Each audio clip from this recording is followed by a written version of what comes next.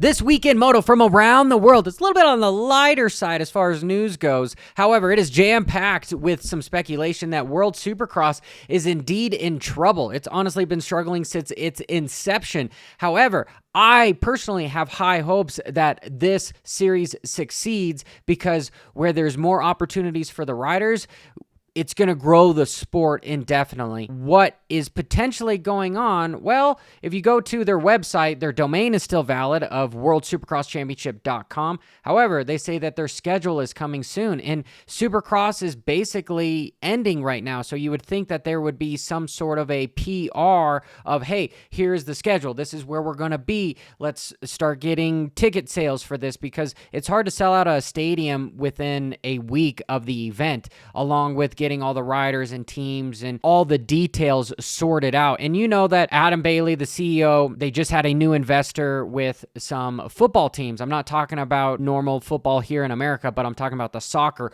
where it's super big in Europe, and there's lots of money behind owning those teams. I find it hard that they are going under. However, if you look at their Instagram, it has changed from World Supercross Championship to SS Open Supercross, back to the Australian stuff. If you try to search for the World Supercross, nothing comes up. This used to be their logo, and now it's just World Supercross Australian GP. And it's confusing that they lost the handle for the World Championship. So is there some sort of a legal debate going on with the Super Motocross stuff?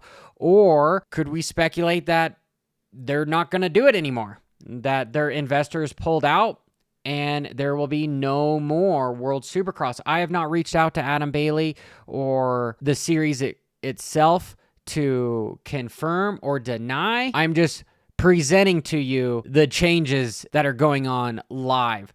If I move to Supercross, there was a big change in Philadelphia for Chase Sexton. We all saw that his motor cut out and he almost killed himself going into a 180-degree corner last weekend. And ironically, he doesn't have the same mechanic anymore. Brandon Zimmerman was replaced by Kyle Defoe.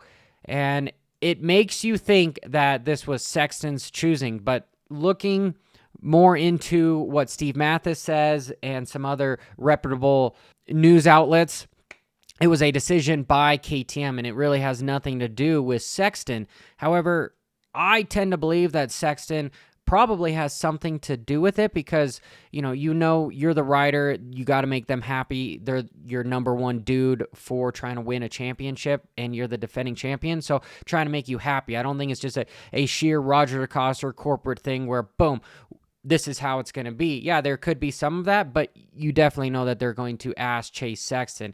And do I think Brandon Zimmerman is the problem as to why these Austrian bikes are cutting out? No, I think that's an R&D thing from the Austrian manufacturer that are moving some of their stuff to China. Could that be a reason as to why you're seeing some discrepancy in performance? I don't know. Maybe. There is something to talk about there for sure. But for them to just totally put it on Sexton, I think there's a little bit more to the story than that. There always is behind closed doors. So I want to know what you guys think about that.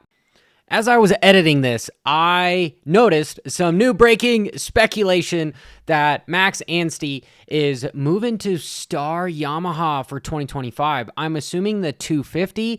Maybe Justin Cooper is moving away from that team. There's lots of dynamic going on if Eli is going to continue on the 450, because you've got Cooper Webb that is riding exceptionally well. In his contract, he gets quite a bit of a boost in pay, because I'm assuming they thought that Eli was on his way out and potentially not going to race in 2025.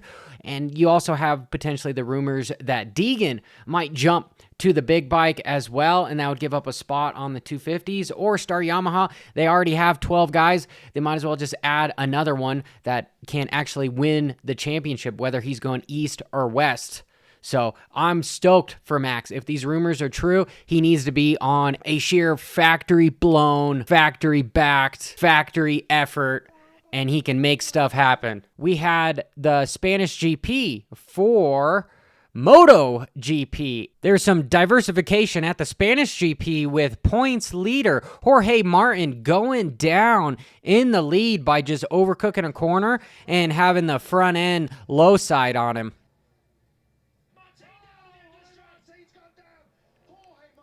And he watches his points lead dwindle down. He is still quite a bit ahead of the defending championship Bagnaia, and he's got 80 points to 59. And what is nice to see is Marquez coming our way with a podium finish for second, and his brother with a fourth.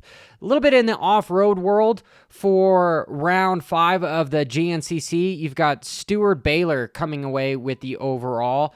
Meanwhile, back in California, there was round 5 of the National Grand Prix Championship, and you have Cole Martinez coming away with the win over the points leader, Dante Oliveira. And if you're looking for MotoGP, well, MotoGP is going to happen this weekend in Portugal. So let's see if Jorge Prado can keep the streak alive and make it 5 for 5. And that is it for this week in Moto. Make sure you subscribe and hit that notification icon. I am on my way to 60,000.